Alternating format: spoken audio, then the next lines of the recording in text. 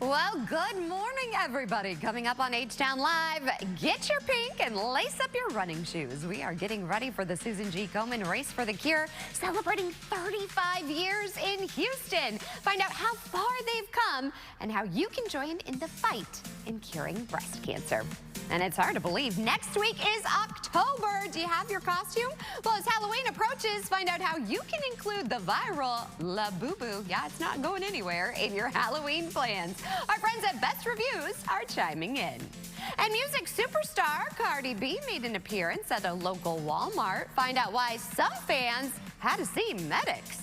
H-Town Live starts now. Okay. Live from Houston with Maggie Flecknoe, your destination for hometown business, local cuisine, culture, and community. This is H-Town Live. Pardon me for saying the ochre. I wish I could say it like Cardi, but good morning, everybody. It's Wednesday, September 24th. I'm Maggie Flecknoe, and this is H-Town Live. I hope your week is going well. Well, some of you were at a meet and greet for Cardi B. I was at a meet and greet of my own for the Chick-fil-A cow. Yeah, true story. Don't be jealous. There was this promo by our house, and my husband, he's all about it for May, right? So here was the deal. If you wore Astros gear and you had the app, you could meet the cow and get a bobblehead. Well, here's the thing.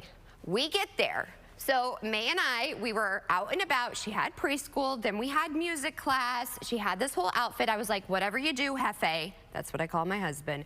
I said, grab the Astros bow. So we did a quick bow swap in the car. We get May out, we get to the restaurant, and they're like, you gotta line up outside. If you know me, I don't wait in line, especially when it's hot. With a 2-year-old, luckily it wasn't that long of a line. We get in line and then move over. There was no cow. There was no cow, you all. I had been talking up the cow all day long to my child. But here's the thing. We made the most of it, and we got this. This was our meet and greet. Yep. Don't worry, though. May didn't have a cow. She got nuggets, and we got the bobblehead. What we're gonna do with it, I just do not know. It was the last thing I needed in my life. But here's what I got. Mama didn't have to cook dinner. Can I get an amen, right? It was a win for us. Too bad, though, the Astros still cannot manage to get a win to save their lives. They fell to the A's 1-5. But I have to say, that's a pretty adorable picture, and she absolutely loves Orbit. But now we are at that halfway mark of the week, and we have a really great show to help get you over the hump, starting with our first guest. It's Wellness Wednesday, and it's time to grab your pink, lace up your running shoes, and race for the cure. One of my absolute favorite, and it's really one of the most important events we have here in Houston. Susan G. Komen, the world's leading breast cancer organization, will be celebrating its 35th anniversary Houston race next Saturday.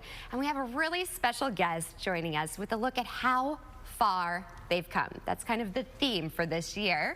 Good morning. It's so lovely to see you. Introduce yourself to everybody. My name is Ann Mine, and I am a longtime survivor. I was diagnosed in 1989 and treated all of 1990. Oh my goodness. And now, I'm so proud though. Look at you. I love the fact a long-time survivor. That's the best thing to be able to say though. So tell us then, how did you get involved with Susan G. Komen? While I was in treatment, I found out about a luncheon. And this luncheon was at the Old Warwick, which is now a Hotel Zaza, but in the Old Warwick. And Gail McMorrow, who was working at that time at MD Anderson, had heard about Susan G. Komen and contacted Dallas, where the headquarters were, about starting an affiliate in Houston. Right. At the same time, Marcia Eckerman had a cousin who was also working with the Susan G. Komen in Dallas. She lived in Dallas. So both of them got together with this interest and arranged this luncheon to see if there was enough interest in starting an affiliate. Oh my goodness. I was gung-ho. I mean, the whole idea was that the funds we raised would go for local grants and then send to national for research grants. And the beauty of it is, because of our Texas Medical Center, it was a win-win for Houston because so many of the grants came back to our fabulous researchers right here in Houston. So it was amazing. And it was, you know, to start at a luncheon and then be involved. I was on the Survivor Committee, and we had our race in the Galleria. It was so small, goodness. just a few thousand people, which for a first race That's a lot, wasn't actually. bad. Wasn't bad.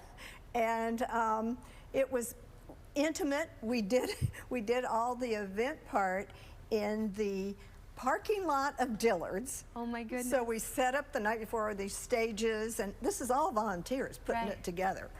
And so, as it turned out, we would have to be out of the parking lot by 10 o'clock because Dillard's would open. Oh no, that's a fast race. So after a few years, we outgrew. And now look at you. It's a Sea of Pink Allen Parkway. Yeah. And it's happening next Saturday. I absolutely love it. I get emotional. I always like being at the finish line and cheering everybody on. How can we get involved this year? Well, there is still plenty of time. Okay. We have, I think they were going to put up the website. Yes, we on the just had it up, and screen. maybe we Okay. can put it back up. You can still get online and register, and they start at 6:15 for on-site registration it's in Sam Houston Park at 1000 Bagby. Yes. And go down there, and it's fun. It is. There are activities for the kids, and frequently you've got Orbit or different, some of our mascots. Right, will be they show there. up. Don't They worry. The show up. mascots will actually be there. Don't you worry about it. And there's, you know, people, there's music and dancing, and they've got activities for the kids, so it can be a total family event. And there's a 5K real race, Right. People who are competitive, Right. and there's a non-competitive race. There's a 1K walk, and which is a family walk. So, you know, you can walk with your families, and you see kids running, you see families, you see all kinds of outfits that are very I love the creative. tutus. I always love the tutus, and I love a Sea of Pink.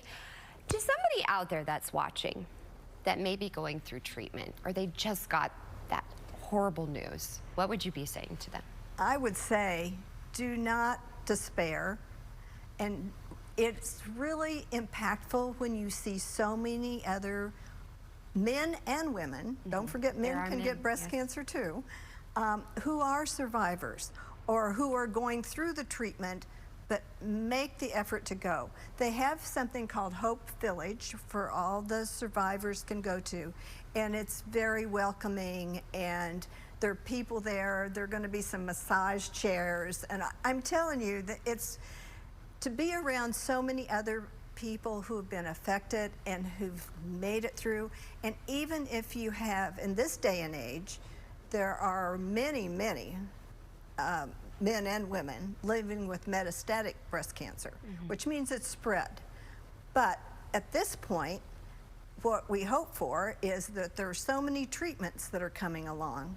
Back when, you don't even want to know, I feel like I was treated in the dark ages because everything has changed so much, and there's so many more improvements. But this is why we need to gather and race for the cure. 35 years strong. Let's keep going one step at a time. It's always a pleasure having you. And stay tuned. More H-Town Live is headed your way. Thank you again, my friend. Okay, so I'm still waiting for fall. I mean, I've put out an SOS, like, where is it? But here's the thing, just work with me. It's gonna be coming, I promise. And as we transition into the cozy season of sweaters, even if you have to crank up your AC, pumpkin spice, I already have done that, and holiday preparations, there is no better time to give your home the attention it deserves. So today, we are sharing essential fall cleaning tips. I don't know about you, but I just want to like purge everything. And some surprising advice about autumn leaves. And yes, even how to include your viral Labubu in your Halloween plans. It's Wednesday, so joining us now is friend of the show, Emily DeFazio from BestReviews.com. Hey girl, always great having you. Always great being here. All right, so I'm at that point where I just feel like everything is dirty from the summer, and I like to get down and gritty when it comes to cleaning. I'm also a sucker, no pun intended, for a good vacuum. What do you have to sweep me off my feet? Oh, yeah. No matter how much you want to, you can't decorate your house for fall without giving it a good spruce. I'm totally with you, and I've learned that the hard way. But we've got some recs that make all that super easy this fall. So you have to invest in a great vacuum, like you just said. Right. We recommend the Dyson cordless stick vacuum for our overall favorite for its ease of use. But if you prefer a canister vacuum, go with the Miele, specifically the classic C1. The Levoit is also a Best Reviews favorite for its great price point and all of its features. But when it comes to outdoor decorating, you can't vacuum all that so easily. So to prep it, get a power washer. You will not regret it. It's so satisfying. Oh my goodness. Okay, yes, we actually borrowed my dad's power washer, and I'm like, this is amazing. Our driveway is like the envy of all of our neighbors. This is a true story. This is when you know that you are a suburban mom, for sure. All right, also, autumn is in full swing. Leaves are everywhere. We can't use a vacuum on that. So what can we do to get rid of them? Oh, yeah, exactly. And like my neck of the woods and probably out in Houston, it's not all fall yet, but in a few months it will be completely blanketed, right? So it's time for us to leave the leaves. It's so tempting to get the rake or the leaf blower out to clean up the yard as well as your house. But the U.S. Department of Ag says to leave them alone. Fallen leaves provide great cover for protecting grass in the winter months, plus natural shelter for your nature neighbors, meaning the small animals and insects already living out in your yard. Plus, you don't want to be using the giant plastic bags to throw a bunch of leaves into the landfills. This is a great way to avoid all of that. Oh, I don't want to know, though, what books are in there. There's no way, girl. I'm not jumping in them. All right, here's the thing. My daughter already has her Halloween costume, but I've kind of been toying with the idea of being a Labubu. I've heard that this might be how we can incorporate them into Halloween. They're making a comeback. Oh, yeah. Oh, yeah, they're totally making a comeback. You can dress up like a Labubu, totally. Or you can dress up your Labubu to whatever you want. They have I know. costumes for the Labubu? Exactly. You could be your Labubu could be a dinosaur. It could be a pink bunny. It can be a McDonald's employee. I don't know. I don't have a Labubu yet, but do you have one? Are you going to decorate your Labubu? Okay, here's the thing. There's a Labubu queen in H-Town, my friend Sarah, and she already bedazzled mine with crystals, and it looks like the one on the right. I call it Icy. I already, though, am having all of us dress up. That seems like added stress to dress up my Labubu for Halloween, but hey, maybe I will. It wouldn't put past me. It's a lot of coordination. This is a lot But happening. imagine the possibilities. I mean, I'm extra, but I don't know if I'm extra. We'll see, my friend. I just love having you. You're just always sunshine. Where can we go to find out more, my friend? Find out more at bestreviews.com, of course. All right. Well, we have a date. Do you have your costume? Oh, I'm going to be a witch. I'm always a witch. Ooh, I like that. But you're not scary. You're the good kind. Oh, no, but I can be. Don't put it past us. Thanks so much. Well, it's also Wellness Wednesday, and September marks Sickle Cell Awareness Month. Sickle cell is a genetic blood disorder that can bring symptoms such as pain, fatigue, and being more at risk of infections. This morning, we want to really bring in an expert who will discuss how blood transfusions are critical to one with sickle cell. So please help me welcome Dr. Daniel Welder, Medical Director with the Gulf Coast Blood. Doctor, thank you so much for waking up with us. Thank you. Thank you for having me. This is really an important topic. So tell us a little bit more about sickle cell. So sickle cell, it's an inherited blood disorder. It affects the red blood cells, so the cells that carry oxygen throughout the body. It causes the cells to become like crescent or sickle shaped instead of the nice round, smooth shape that they usually are. And they don't flow as well. They aren't able to carry oxygen throughout the body to all the tissues that need it, and it can lead to a lot of health problems. So pain, stroke is a risk, fatigue, anemia. Is there a certain population that suffers from it more than others? Yes, so it predominantly affects African American population and then the Hispanic population as well. So there's currently in the United States about 100,000 people are affected by sickle cell disease. When do we know we have it? When are some of the signs, and when should we start seeing our doctor? So fortunately, sickle cell disease is part of the newborn screening process. So since 2006, all states in the country have screened newborns for sickle cell disease or sickle cell trait. Unfortunately, some people may be born before that, may not have had the screening, missed out on the screening. So these people may start developing symptoms like anemia. So symptoms of anemia, so fatigue, or the really common symptom is pain crises. So just really severe bad pain. So we were talking about treatment and blood transfusion and things of that nature. So what are some of the treatment options? Yeah, so there are some medical treatments, some medications that can help with sickle cell disease, some ways that the patients can avoid these pain crises, like staying really well hydrated is a big help. But really, for a lot of the patients, blood transfusion is really a lifeline to them as far as quality of life and then even survival. So some of these patients can require blood transfusions every few weeks. And it can be a lifetime of transfusions, multiple transfusions. Now, do they have these readily available to them? How does this work? Because if it's a certain population, do they have the resources? And how can we make sure that they do have them? So a great way to help make sure that we do have these resources is to donate blood. Whenever we can, we really appreciate the volunteer donations. That's how we're able to maintain this blood supply and take care of these patients. And then it's also really important to maintain ethnic diversity in our donor population. So getting all different kinds of people to donate, because the sickle cell patients over time, because of all of the units of blood that they're transfused, they can develop very specific requirements as far as the specific types of blood. And these can be easier to find safer matches for them in ethnically similar populations. I had no idea. I think it's so important to talk about. Now, let's say I have it and then I give birth. Will my child automatically have it? What are the chances of passing it on? So your child would not automatically have it. Okay. In the United States, like we said, the most predominant population is the Black or African American population. About 1 in 360 births in the Black population have sickle cell disease. Okay. And then about 1 in 10 to 15 actually have sickle cell trait. And so these people usually don't develop the sickle cell disease symptoms. They may not ever know that they have the trait, but it can be a risk in passing on to their children. So the children could have sickle cell disease. Now, I may be putting you on the spot, so you don't have to answer, but I'm just thinking, why is it this population that has this trait? Is it just genetics? It's genetics. It's just yes, genetics. Because it's an inherited disorder. Oh my goodness, it's just fascinating to me. But again, the main thing is blood transfusions and donating. So where can we go for more information? So you can go to giveblood.org for more information. That's our website for Gulf Coast Blood.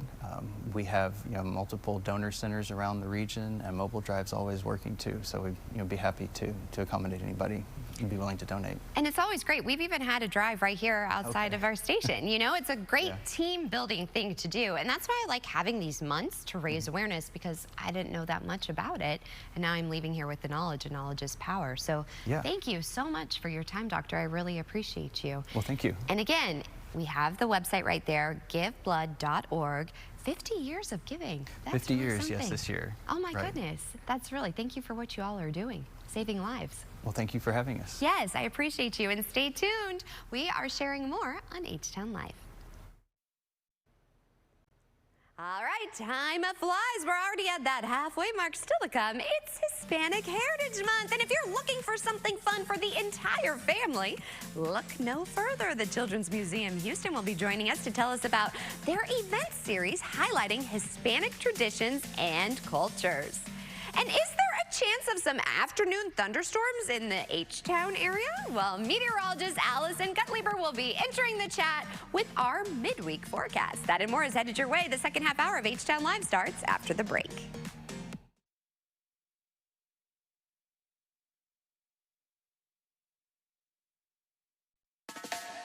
Live from Houston with Maggie Flecknoe, your destination for hometown business, local cuisine, culture, and community. This is H-Town Live. Well, good morning, everyone. Thank you for joining us for the second half hour of H-Town Live. With housing affordability top of mind, there may finally be some good news for buyers. A new report from Realtor.com reveals that mid-October could be the best time all year to buy a home. A lot of ears just perked up. Joining us now is Realtor.com senior economist Jake Krimmel to break down why the market is shifting and what buyers need to know. Thank you for waking up with us. Thanks so much for having me. So let's dig right in. Why is mid-October the best time to buy? Sure. So there's really three factors that go into why this is such a good time for buyers right now. So the first thing is there's just more homes on the market, right? And so that means that buyers who are going to have more choices, and they're going to run up against sellers who are really motivated to sell, given that there's so many homes on the market. Second, there's fewer fellow buyers in the market too. So if you're already in, you're going to see that there's much less competition this time of year compared to other times of year. And third, prices are going to be a little bit lower in the fall compared to their peaks in the spring and the summer. And this is again down to how many homes are available and who's searching. So buyers are going to stand to save a good amount of money if they search in this time window compared to others. And overall, we're seeing a market that is much more buyer friendly than in years past. Okay, I'm really liking this because we're contemplating moving because of school districts. So how could we save $15,000 during this window? That's a lot of money. Right, so you mentioned school districts. I think this is a big factor going in, right? So it has to do with sort of the seasonality of the housing market. Home prices tend to be higher in the spring and the summer. You know, schools letting out, people are looking, I need to move before the school year starts. That's when the market's really hot. And then it cools down a little bit after the first day of school, between the first day of school and, say, Thanksgiving. And so that's when, if you're fortunate enough to be flexible in your time search, you can really stand to save, because prices are just going to be lower and the market's going to be a little bit cooler during that time. Okay, so what difference will more listings and less competition make for buyers? Right, so more listings, less competition, that sounds like a story of supply and demand. It's exactly what it is. Okay. So that basically means that buyers are going to have more options, more choices, more time to make those choices, and they're also going to have more leverage at the negotiating table too. So these sellers really want to get out of the market before the holiday season, and that's exactly why buyers can come in and take advantage of that. You might see homes going under asking, you might see homes with price cuts, and you're going to see a lot of that this time of year. Okay, so October's next week. Is it too late, or what should I be doing now to prepare? Yeah, you got it. It's not too late. Okay. So you have to get informed, do your research, and then get connected with an agent as soon as you can. And that's going to be someone who knows your market inside and out. The best place to do that is to go to Realtor.com for your research, for your agent, and you'll be able to get all the information exactly there.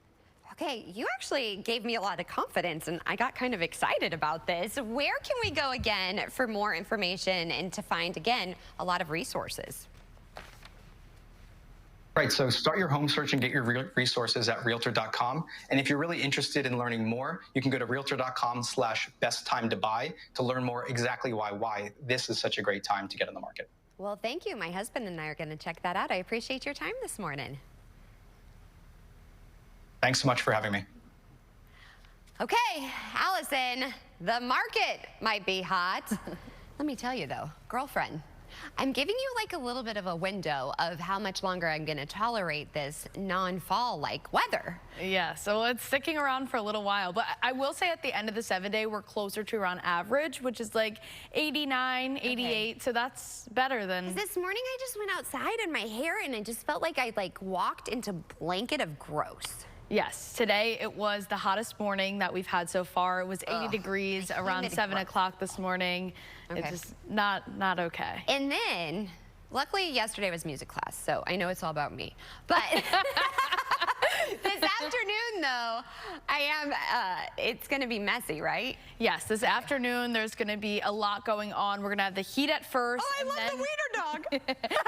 And then we have the chances for showers and thunderstorms. So this is a dog walking forecast. If you're going to walk your dog, in the morning is the best time. So right around now, 10:30, we're still pretty dry here in Houston. Then we get into the afternoon and we start to get hot at first before that cold front moves through. So feels like temperatures will be close to the triple digits. 103 is the highest. And then we get to the 6 o'clock hour. Those showers will still linger around. And then by 8 p.m., it should be mainly dry here in Houston. So the best time frame is earlier in the morning or really later at night, because we have this threat for some severe weather and severe thunderstorms. So here is a look at that severe weather. So a marginal risk as we go throughout the next couple of hours for our area here in Houston, everywhere in this green area. Marginal risk is actually a 1 out of 5. So it's still the lowest, but we still have a chance for that severe weather. We also have a flooding threat that's also marginal, so in green, and this is a 1 out of 4 for that risk level. So right now you can see we are dry here in Houston. There's a bit of moisture down here in the Gulf, but this is what we're watching out for.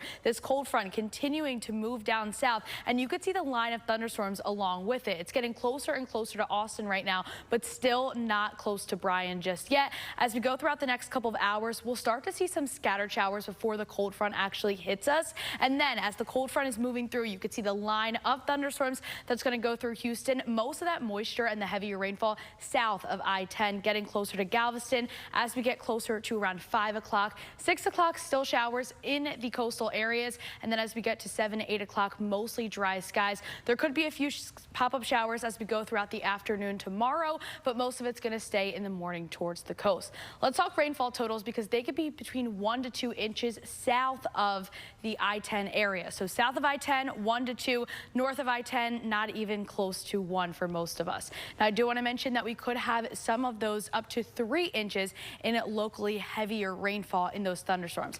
The other thing is the wind threat today. So the winds are going to be something we're talking about. Those wind gusts could get as high as 40 miles per hour, but you could see them back closer to the 30s around 2 p.m. as that cold front is swinging through. They could be up to the 20s in Houston around 4 o'clock, and then 5, 6, 7 is when we'll see those gusts getting to the coast. A quick look at our afternoon highs, and the feels like temperatures in the triple digits. Afternoon highs back to the 90s today. We are in the 80s for the rest of the week. And look at over the weekend, Maggie, it looks very sunny. Okay, I forgive you for that. I want to put out my decorations and light a pumpkin spice candle. My husband's like, it's too soon for that pumpkin spice. I feel like maybe over the weekend it feels a little bit better. Yes, it will be. And I'm going to crank up the AC. I don't really care. I need some fall feel in my life. All right, well, guess what? The Children's Museum Houston is celebrating Hispanic Heritage Month. They do everything so incredibly well, and they have special events for the entire family. In fact, they've actually partnered with the University of Houston Center for Mexican American and Latina Studies. And I have some very special guests joining me now. Introduce yourselves. Hi, my name is Brenda Aguilar. I am the Director of Early Childhood Initiatives. I'm Marisela Martinez, the Associate Director of the Center. I'm Justin Matera. I'm the Creative Project Manager for the Center for Mexican American and Latino Studies. Well, I'm so excited to have all of you here joining me. First, let's start with you. Tell us a little bit about everything that the Children's Museum is doing to celebrate. Well, thank you very much for having us here again. So as you mentioned, we are celebrating Hispanic Heritage Month. So we have a lot of wonderful events going on that celebrate the culture, art, language, including tomorrow, our Free Family Night, which is September 25th. From 5 to 8 o'clock. It is free for all the families to come and join us, but we're having a wonderful presentation. One is called Learning Spanish with Mr. Leo. Mr. Leo is a wonderful puppeteer. He uses puppets to teach children Spanish with movement, dance, of course, storytelling. It's a lot of fun for the whole family to enjoy. Following that, at 6:30, we have a wonderful tribute to the Queen of Tejano herself, Selena. We have local performers coming to showcase her iconic songs, and before you know it, families will be dancing to cumbias in the hallways. Then next Thursday, on October 2nd, at 5:30, we have a performance by the Express Children's Theater. They're hosting an art class with Frida Kahlo. So it's a wonderful opportunity for families to learn about her art, while they create self-portraits. And after that, we have at 6:30 the performance by flamenco dancers, Flamenco Olé.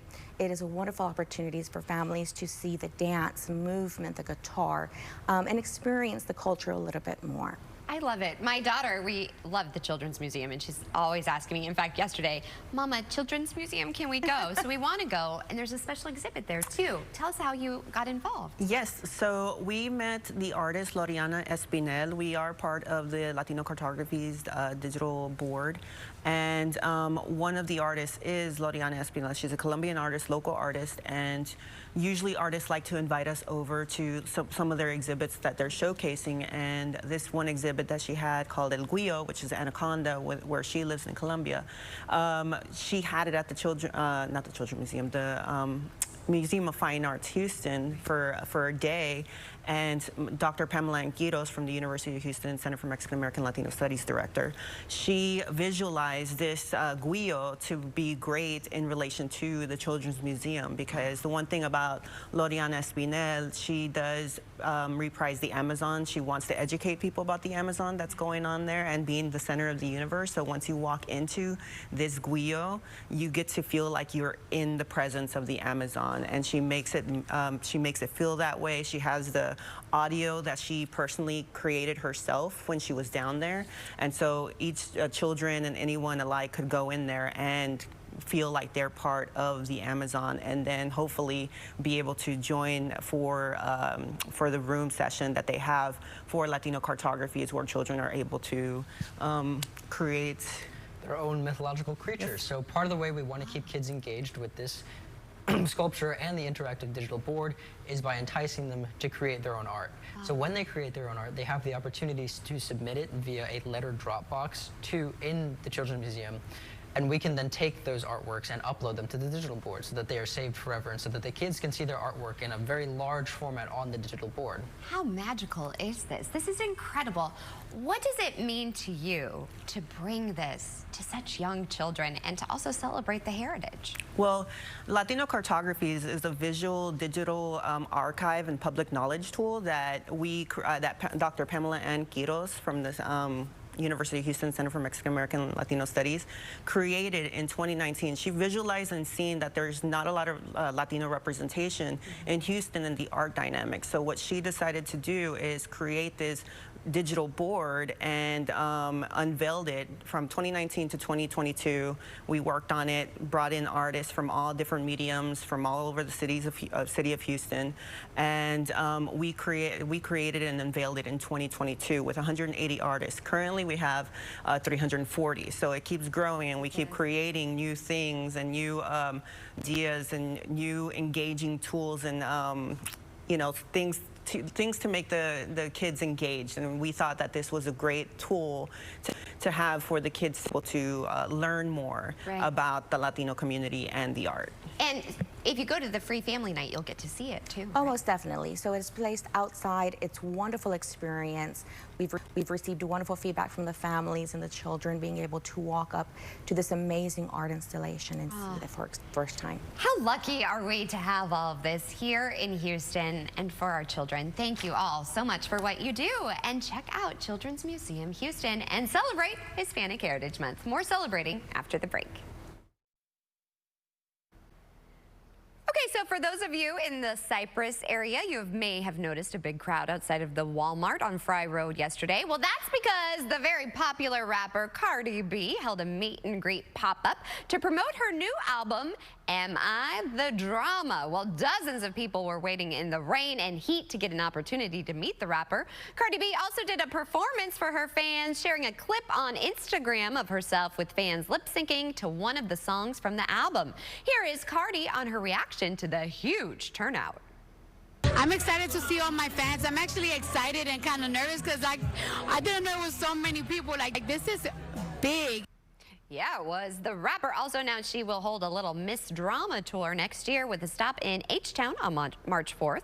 As fans waited, though, some were overcome by the heat. According to officials, about 30 people were treated at a mobile command center at the site, mostly due to heat-related issues. No one had to go to the hospital. Now, last week, Cardi B announced that she is expecting baby number 4 with boyfriend and Patriot wide receiver Stefon Diggs. Producer Bree, enter the chat. She's doing a lot, preggers. I mean, she did it before. Yeah? When she had culture, when she was carrying culture. So. That's true. Here's what I want. 2 things I want to learn from Cardi B. I'm going to just manifest it. Cardi, please come on H-Town Live. I want you to teach me how to twerk. Oh, my God. And I want you to teach me how to say, oh, my God. Fair warning, y'all, I did not know she was going to say this on air. So I'm just manifesting it. I'm manifesting it. I'm sorry in advance to all the church ladies at Mays Preschool. I'm not your average mom. I'm manifesting it. I want to twerk, and I want to say, yeah, I can't say it. How does she do that? She can roll her R's. I cannot. Way she just even pregnant twerks. I'm like, man, that booty. Man, I know how she got pregnant number 4. Just saying. Oh my God. I mean, she twerks. I still dropped it like it was hot when I was pregnant with May and got back up. But I mean, the way she twerks, whoa. Yeah. Mind blown. Can you twerk? I can't answer that. I know Shadrika can. Oh, so we're just releasing that we can or cannot?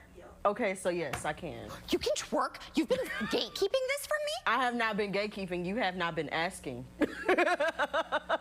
Noted.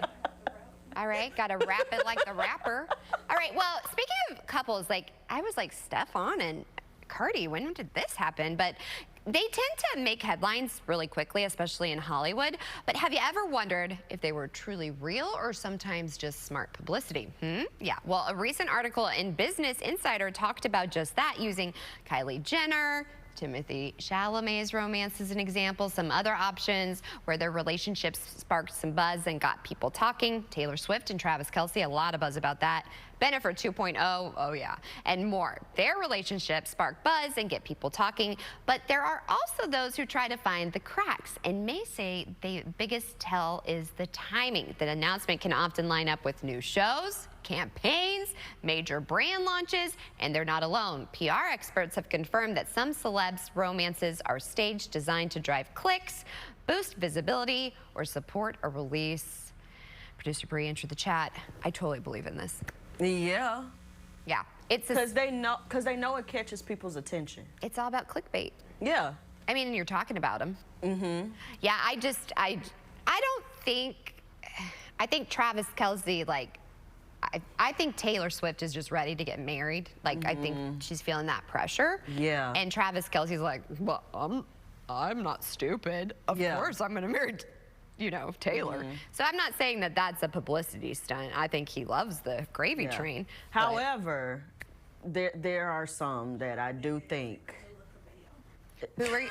I don't know who. Shawn Mendes and Oh, yeah. What do you think about, I don't think Timothée Chalamet, and there's something about him. Timothée and Kylie? Yeah. He has Timothée? like this, yeah. Chalamet? Yes. And Kylie Jenner? Nah. Yes. There's no way there's real fire Have you seen them together when they're in the stands? I don't think any relationship with the Kardashian is authentic. I'm sorry. No. That's just me. Okay, also gag though. Like Kourtney, the way she is with Travis is disgusting. Gross. The way they like lick each other's faces is so gross to me. Like I've never licked my husband's face. Never. Yeah, gross. Sorry, Hefe, if that's what, no, gross. But they are very into each other and we're neighbors. That's not fake. And honestly, Kim and Kanye, they really loved each other, and he was obsessed with her for a long time. Yeah, even though at the Anyways, I gotta wrap it. I gotta wrap it like it's hot because we gotta drop it like it's hot to commercial break. Drop it. Oh, bye, y'all. Cardi, call me. And that's nearly a wrap on today's show. Before we go, here's a look at today's sponsored content. Also, the platform that rewards kids for learning. I like that one. Rich Jamiro explains in today's Rich on Tech. What if kids were rewarded for coming to school and completing their assignments? A platform called Knowledge turns participation into points, which can be redeemed for everything from gift cards to stocks. I've recently visited one school that's using it to learn more. These students are fired up to be in school. When I say kid, you say knowledge, kid. Especially when attendance can earn them gift cards, sneakers, and even stocks. Some students look forward to coming to school every day, but it incentivizes them even more because they get to earn something. Woodcrest Elementary in South Los Angeles is one of a number of schools nationwide using a rewards platform called Knowledge. Its goal, boost attendance and keep students engaged. You cannot teach a child who's not in their seat to learn. This is where they come to do it. They receive the love, they receive the education, and they can transfer that into their real life. Everyone say no more absences! When Principal Jamelia Gaston arrived 4 years ago, chronic absenteeism was 68%. Using this platform, it really brings to light a lot more of who is at school and who's not at school. And from that, conversations occur. And in those conversations, we learn. Right now, we're at 50,000 kids across the country. So we're still a long way to our goal of reaching 1 million, but it's a start, right? Former teacher and principal Amen Ra created Knowledge after seeing how simple rewards motivated his own students. He coded an early version of the platform himself during the pandemic. There is a debate of extrinsic and intrinsic motivation, and we like to believe that those things should be connected. Today, the startup partners with major brands to provide incentives for attendance streaks, completed assignments, and more. We have shown to decrease chronic absenteeism up to 20% in the schools that work with us. When do we come to school? After 3 years with the program, Woodcrest says its absentee numbers have been cut in half, and students are showing up, excited to learn. There are a lot of folks that don't believe kids should be rewarded for learning, and we like to believe that we are reimagining that approach because the results speak for themselves. Next up, Knowledge is rolling out a debit card where rewards can be loaded directly, including options like college tuition credits. I'll put a link to Knowledge on my website. Just go to richontech.tv to learn more. I'm Rich DeMuro. That's Rich on Tech. I love that. And before we go, we want to thank all of our incredible guests who are on the show. Be sure to follow them on their social media handles you see on your screen. They supported us, so we want to support them. And hey, do you want to be featured on at H-Town Live at CW39.com? You can also follow us on Instagram at CW39 H-Town Live. And we're all about meeting you where you are. If you can't watch live, DVR us, or you can stream us again at noon on CW39.com. In the meantime, that's a wrap on today's show. We'll see you back here tomorrow morning, same place, same time, for more H-Town Live. In the meantime, bye for now, everybody. Make sure you stay weather aware, especially this afternoon. And guess what? We made it over the hump. Bye, y'all.